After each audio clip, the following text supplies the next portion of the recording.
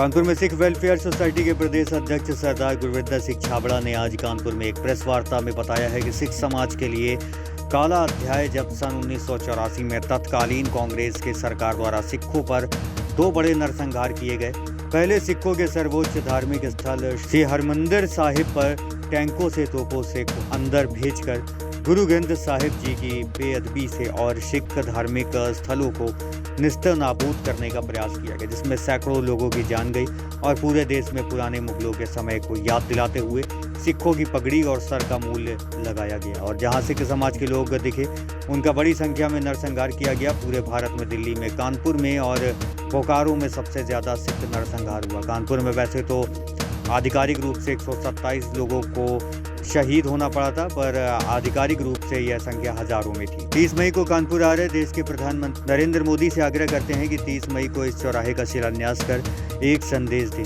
कि वह सिख समाज के साथ हमेशा कंधे से कंधा मिलाकर खड़े। प्रेस वार्ता में मुख्य रूप से चरणजीत सिंह नामी, जिला अध्यक्ष रिम्पी बिंद्रा, हरमिंदर सिंह बिंद्रा, गगन सोनी, संदीप छाबड़ा, सुरेंद्र सिंह, बब्बू केसरी, मंजीत सिंह सोनी, तरनजीत सिंह, शंटी चावला, डिम्पल, राजी खणूजा आदि लोग रहे।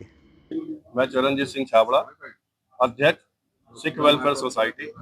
आज की प्रेस वार्ता, जैसा कि गुरविंदर सिंह छाबड़ा जी ने बताया है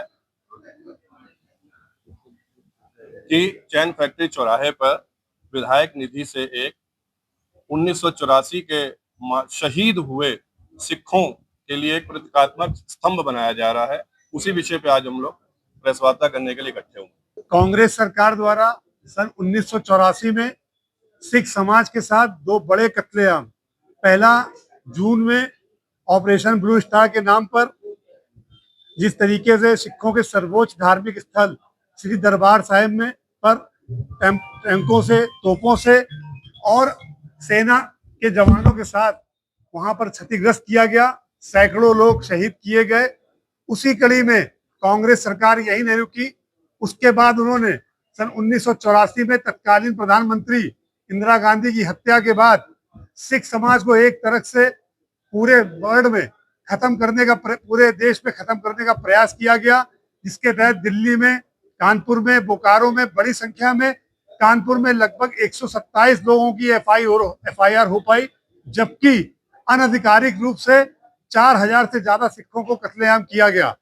जो 127 लोग शहीद हुए थे उनकी याद में गोविंद नगर के विधायक श्री सुनील मैथानी जी के सहयोग से हम लोग एक शहीद स्तंभ का निर्माण कर रहे हैं, जिसमें 127 शहीदों का नाम अंकित होगा।